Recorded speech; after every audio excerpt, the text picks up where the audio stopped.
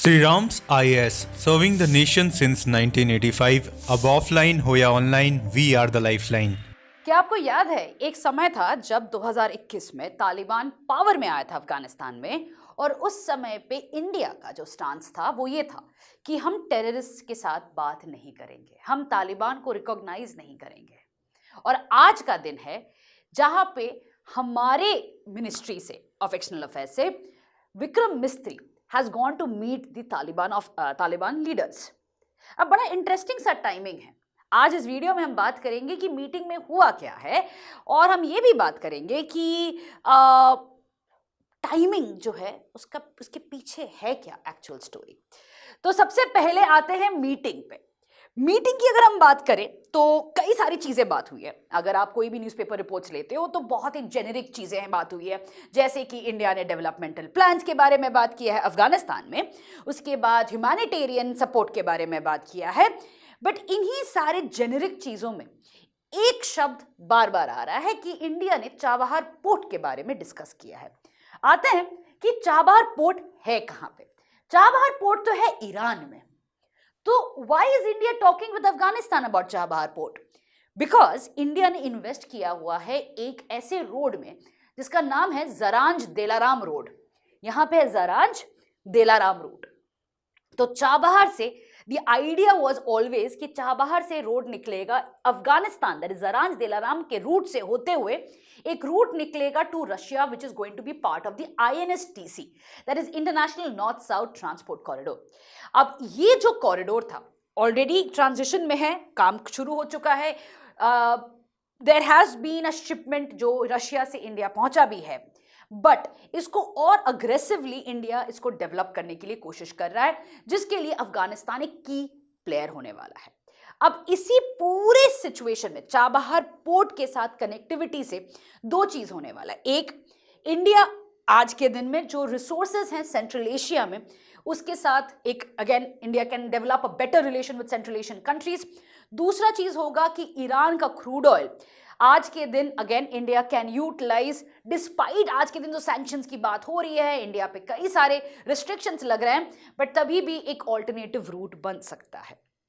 But ये तो सारे अगेन स्ट्रैटेजिक चीजें हो रही है। एक और पहलू बहुत इंपॉर्टेंट है, और वो है कि कुछ दिन पहले तालिबान के लीडर्स गए थे चाइना, और वहां जाके उन्होंने बोला था कि भाई हमें BRI का पार्ट बनना है। कैसे बनेंगे? उन्होंने जो प्रपोजल दिया था ये कहा था कि देखो भाई, जो CPEC है, चाइना पाकिस्तान इकोनॉमिक कॉरिडोर, वो जाता है गिलगित बल्तिस्तान के एरिया से, जो कि एक इलीगली ऑक्यूपाइड टेरिटरी है। तो आप एक काम करो, आप चाइना को बोलते हुए कहा था कि आप गिलगित बल्तिस्तान से मत निकालो, आप निकालो वकान कॉरिडोर। अब वकान कॉरिडोर कहां पे है?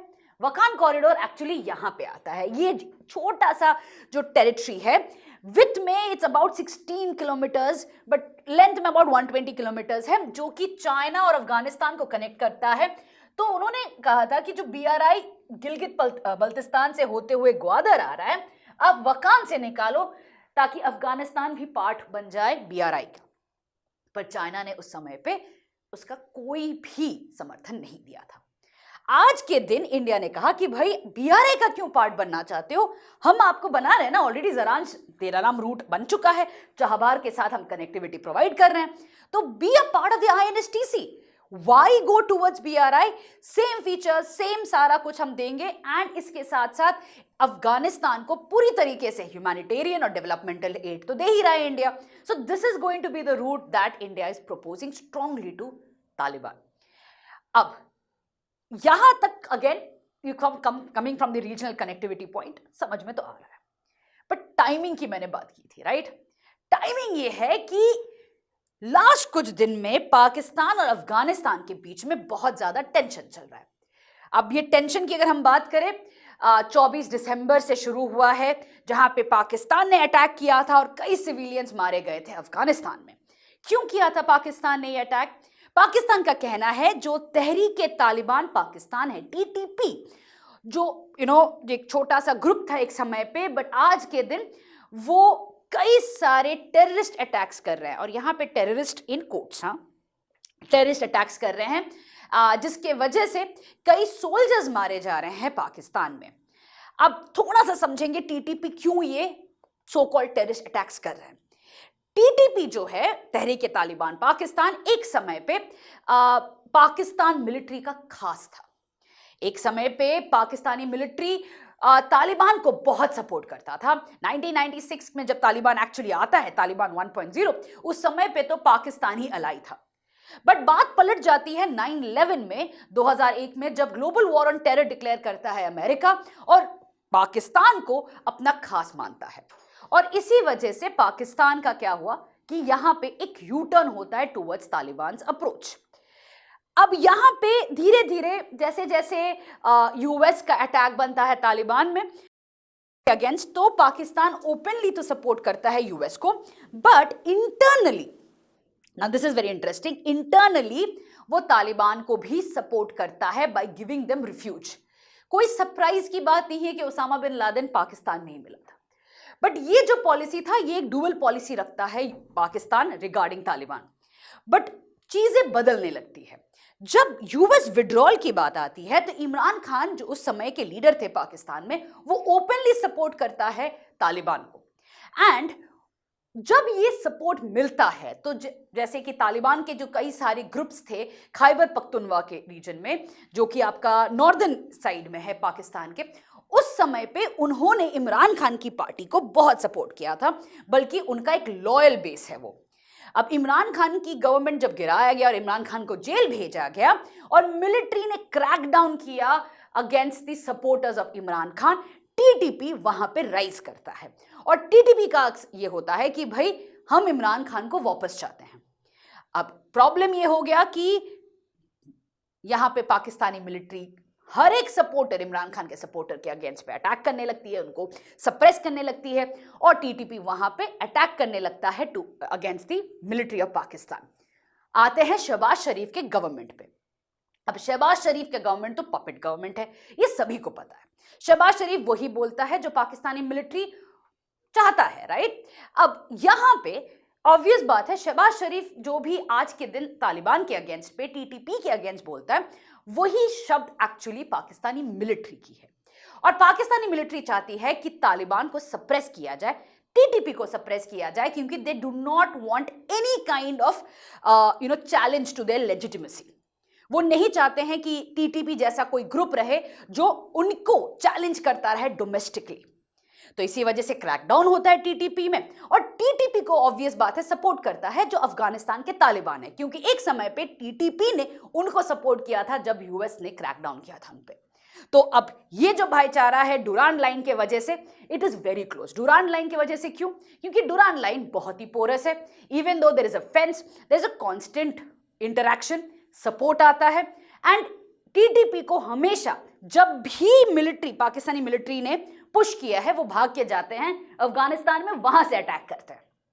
अब इस वजह से पाकिस्तानी मिलिट्री का कहना है कि भाई अफगानिस्तान सपोर्ट कर रहा है ये टेररिस्ट को, और इसी वजह से तालिबान जो है उनको हराना बहुत जरूरी है। अब यहां पे आ जाता है ये स्टेटमेंट जहां पे शहबाज शरीफ ने कहा है कि तालिबान को क्रश करना पड़ेगा, और तालिबान का कहना है कि अगर आप अफगानिस्तान में अटैक करते हो तो आप अफगानिस्तान के सॉवरेनिटी के साथ खेल रहे हो, सॉवरेनिटी को चैलेंज कर रहे हो, जो कि तालिबान नहीं एक्सेप्ट करेगा। इसी वजह से जब 24 दिसंबर को पाकिस्तान के मिलिट्री ने एक अटैक किया, उसके रिटेलिएशन में तालिबान ने कई जगह पाकिस्तान के मिलिट्री पोस्ट को अटैक किया 28 दिसंबर को। और उसके बाद एक सिचुएशन आता है जहां पे एक वो टिट फॉर टैट का आता है, तो आप मारोगे तो हम मारेंगे। एंड दोनों के लिए, that is for both Pakistan और अफगानिस्तान, दोनों के लिए कोई भी कॉम्प्रोमाइज सूटेबल नहीं है। क्यों? क्योंकि अगर पाकिस्तान ने कहा कि नहीं नहीं भाई हम बातचीत से करेंगे, दैट मीन्स आप टीटीपी को रोक नहीं पाओगे। और तालिबान अगर पीछे आ जाता है तो तालिबान ये कहेगा कि भाई हम एक्चुअल में लीडर्स तो है ही नहीं अफगानिस्तान के। तो दोनों के लिए ईगो मैटर है, दोनों के लिए रेपुटेशनल मैटर है, तो दोनों तो पीछे नहीं हटने वाले हैं, कॉन्फ्लिक्ट चलता रहेगा। और इसी कॉन्फ्लिक्ट में फायदा किसका है? इंडिया का है। कुछ ही दिन पहले एक रिपोर्ट आई थी, अब वो हवा में रिपोर्ट थी या सही में कुछ था, कि पाकिस्तान अटैक करने वाला है वकान कॉरिडोर में, और वकान कॉरिडोर पाकिस्तान लेने वाला है। तालिबान ने इमीडिएटली कहा अगर कोई भी अग्रेशन हुआ तो ये एक वॉर होने वाला है। कोई ऐसा स्टेटमेंट ऑफिशियली रिलीज नहीं किया गया था, बट न्यूज़पेपर्स में सारे जगह पे इसको लेके डिस्कस किया गया था। और अगर ऐसा कभी भी पाकिस्तान करता है, it is going to lead to a regional war. तो इसी सारे कैलकुलेशंस में इंडिया ने अपना स्ट्रैटेजिक डिसीजन ले लिया। क्या है वो चीज? अफगानिस्तान के साथ रिलेशंस इंप्रूव करना। तो एक समय पे जहां पे तालिबान से बात नहीं करना था, आज के दिन हमारी फॉरेन सेक्रेटरी उनसे मुलाकात कर रही हैं और बात कर रहे हैं कि क्या क्या प्लान्स और हो सकता है ह्यूमैनिटेरियन एड के बारे में। हम जैसे सॉफ्ट अप्रोच लेते हैं, सॉफ्ट पावर अप्रोच लेते हैं, उन्हीं सब चीजों पे हम लोग आज के दिन भी अफगानिस्तान के साथ रिलेशंस इंप्रूव करने वाले हैं। और इससे क्या होने वाला है?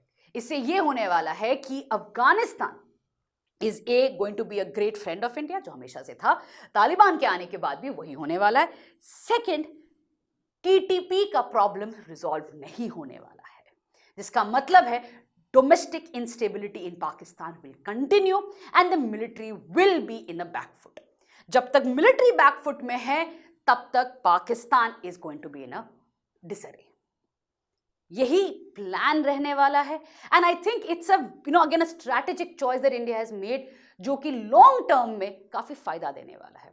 I will not be surprised अगर कल एक प्रॉपर मीटिंग में तालिबान को भी हम as a government of Afghanistan recognise करें और सार्क में भी हम बोले कि आ जाओ, बात कर सकते हैं।